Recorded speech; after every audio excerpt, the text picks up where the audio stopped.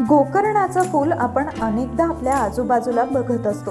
एरवी लाल, पांढऱ्या, गुलाबी रंगांची फुलं आपल्याला दिसतात, पण गोकर्णाचं फूल हे निळ्या रंगाचं असतं। विशेष म्हणजे हे फूल भगवान श्रीकृष्णानं स्वर्गाहून पृथ्वीवर आणलं होतं असं म्हणतात। त्यामुळे हे फूल श्रीकृष्णाला अत्यंत प्रिय आहे। तसंच आयुर्वेदात या फुलाला खूप महत्त्व आहे। हे फूल औषधी वनस्पती असून त्याचे अनेक आरोग्यदायी फायदे आहेत। त्यामध्ये असलेले अँटीऑक्सिडंट्स आणि पोषक घटक त्वचेसाठी चांगले असतात। हे फूल त्वचेला हायड्रेट आणि मॉइश्चराइज करतं, तसंच नैसर्गिक चमक देखील देतं।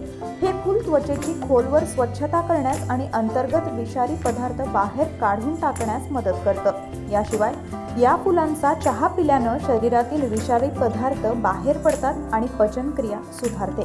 हे फूल मधुमेहावर अत्यंत प्रभावी आहे। गोकर्णाची फुलं पाण्यात उकळून हे पाणी पिल्यानं सर्दी खोकल्याचा त्रासही कमी होतो।